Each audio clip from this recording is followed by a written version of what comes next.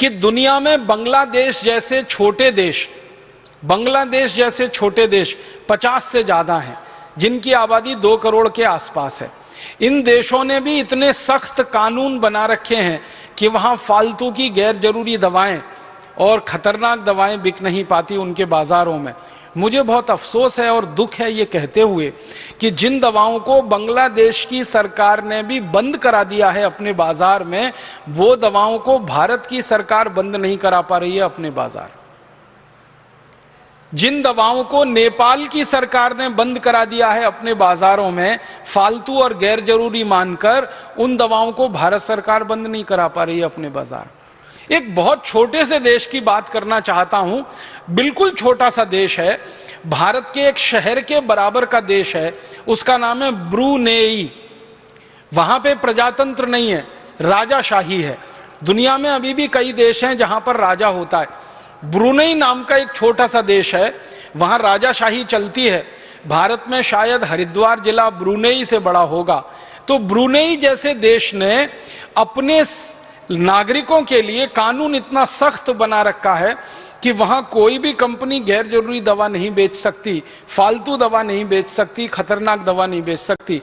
तो जो दवाएं ब्रूनेई में बंद हैं, नेपाल में बंद हैं, बांग्लादेश में बंद हैं, ट्रिनिडाद टोबैगो में बंद हैं, अफ्रीका के कई देशों में बंद हैं, लैटिन अमेरिका के देशों में बंद हैं, यूरोप और अमेरिका में तो बहुत सालों से बंद हैं, वो दवाएं भारत में धड़ल्ले से बिक रही हैं और हजारों करोड़ रुपए का उनका मुनाफा है उन दवाओं का, और लोग उनको खा रहे हैं और मौत की नींद में सोते चले जा रहे हैं। हमारे देश की सरकार ने 63 साल की आजादी में जितनी भी कमेटियां बनाई हैं दवा के क्षेत्र में कोई निष्कर्ष निकालने के लिए, सभी कमेटियों का एक निष्कर्ष कॉमन है, वो ये कि भारत में गैर जरूरी, खतरनाक और बेकार की दवाएं खाकर जितने लोग मर जाते हैं, उतने लोग तो शायद इस देश में अपनी स्वाभाविक मौत नहीं मरते होंगे। ये सभी कमेटियों का निष्कर्ष है। और हर कमेटी ने भारत सरकार से एक ही बात कही है कि जल्दी से जल्दी सरकार इनके ऊपर पाबंदी लगाए, क्योंकि लोग जितने ज्यादा बीमारियों से मर रहे हैं, शायद उससे भी ज्यादा गैर जरूरी और खतरनाक दवाएं खाकर मर रहे हैं। ये भारत की स्थिति हर कमेटी ने अपने निष्कर्ष में व्यक्त की है। लेकिन दुर्भाग्य हमारी सरकार का और भला हमारे देश में इस भ्रष्टाचारी व्यवस्था का कि किसी भी कमेटी की इस बात को माना नहीं गया। मैं कुछ दवाओं के नाम आपको सुनाना चाहता हूं जिनको दुनिया भर की सरकारों ने बंद कर रखा है, जिन दवाओं को कोई खरीदता नहीं, दुनिया में बेचता नहीं। उनके अपने देशों में जहां की ये कंपनियां हैं वहां भी ये दवाएं बैन हैं, और 1-2 साल से नहीं, 20-20 साल से बैन है, 30 साल से, 40 साल से बंद है। वो दवाएं भारत में धड़ल्ले से बिक रही हैं, हजारों लाखों करोड़ों रुपए का व्यापार चल रहा है। कुछ नाम सुनाता हूं आपको। एक दवा है, उसका नाम है बाईप्राइड।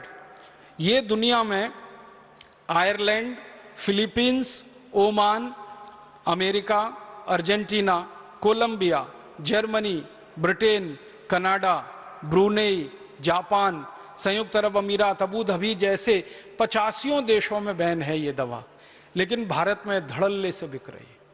इसी तरह से सीफेक नाम की एक दवा है, सिपिड नाम की एक दवा है, सीसा है, फिर सीसा प्राइड है, फिर सीसा नॉर्म है, फिर सीसा प्रो है, फिर सीसा वॉल है, फिर एस्प्राइड है, फिर एस्प्राइड एमपीएस है, फिर केनोप्राइड है, फिर मोटेन है, फिर मोटिलैक्स है, फिर मोटिकेयर है। ऐसी पूरी लंबी सूची है, 1-2 नहीं, हजारों दवाओं की जो भारत में धड़ल्ले से बिक रही।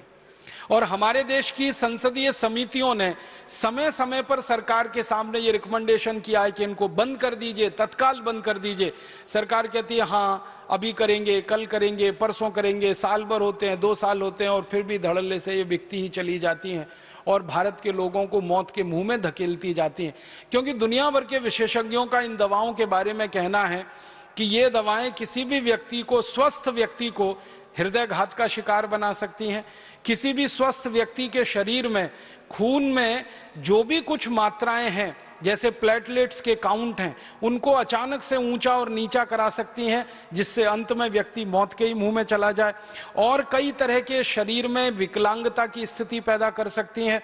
20 किस्म की विकलांगता इन दवाओं से जुड़ी हुई है। सबसे ज्यादा हृदयघात इन दवाओं से जुड़े हुए हैं। फालतू में हृदयघात लाने में ये दवाएं सबसे आगे हैं दुनिया में, लेकिन भारत में बिक रही हैं धड़ल्ले से। दुख है, दुर्भाग्य है हमारे देश के उन सभी मरीजों का जो इन दवाओं को खा रहे हैं और मौत के मुंह में समा जा रहे हैं। सरकार को जब भी ये सवाल पूछा जाता है संसद में कि गैर जरूरी दवाएं खाकर, बेकार की खतरनाक दवाएं खाकर हर साल कितने लोग मरते हैं, सरकार कभी भी उनका ठीक आंकड़ा नहीं दे पाती है। वो बात करते हैं हजारों में मरते हैं, लाखों में मरते हैं। जब सरकार को ठीक पूछा जाता है कि कितने लाख मरते हैं, तो सरकार के मंत्री का जवाब होता है कि आंकड़ा उपलब्ध नहीं है, आंकड़ा उपलब्ध नहीं है। 1991 से 2009 तक सतत संसद की लोकसभा में यह प्रश्न पूछा जा रहा है। हर साल कुछ मेंबर ऑफ पार्लियामेंट हैं जिनके मैं नाम नहीं लेना चाहता, जो सरकार को एक ही सवाल रिपीट करते हैं। करीब हर सत्र में वो सवाल आ जाता है, वो यही होता है कि भारत सरकार बताए गैर जरूरी दवाओं से पिछले साल कितने लोगों की मौत हुई, भारत सरकार बताए खतरनाक दवाओं से पिछले साल कितने लोगों की मौत हुई। सरकार कहती है आंकड़े उपलब्ध नहीं। और आंकड़े क्यों उपलब्ध नहीं है? क्योंकि वो आंकड़े सरकार अगर जारी करे पूरे देश के सामने तो तमाचा सरकार के ही गाल पर पड़ता है। इसलिए ये कहकर छुट्टी पाली जाती है कि आंकड़े उपलब्ध नहीं है। हजारों में कभी बोल देते हैं, लाखों में कभी बोल देते हैं। लाख तो कुछ भी हो सकता है, 1 लाख से लेके 100 लाख तक लाखों में आता है, फिर उसके ऊपर 1 करोड़ से लेके 100 करोड़ तक करोड़ों में आता है, फिर उसके ऊपर 1 अरब से लेके अरबों में आता है। तो आंकड़े हजारों लाखों में सरकार के द्वारा बोले जाएं तो वो शोभा नहीं देता, लेकिन सरकार जानबूझ के ये सारी जानकारी छुपा के रखती है।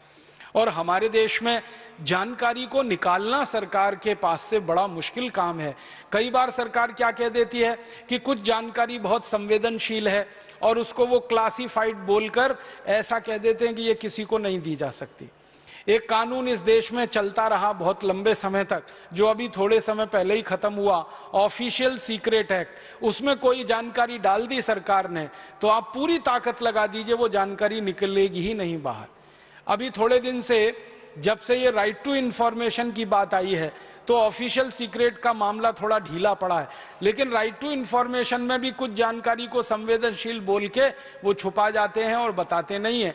लेकिन भारत की सभी समितियां जो संसद के द्वारा बनी, मैंने उनकी रिपोर्ट्स देखी तो वो ये कहते हैं कि भारत में अपनी मौत जो मरने वाले लोग हैं उनसे ज्यादा जहरीली दवाएं खाकर, गैर जरूरी दवाएं खाकर मरने वालों की संख्या है इस देश में।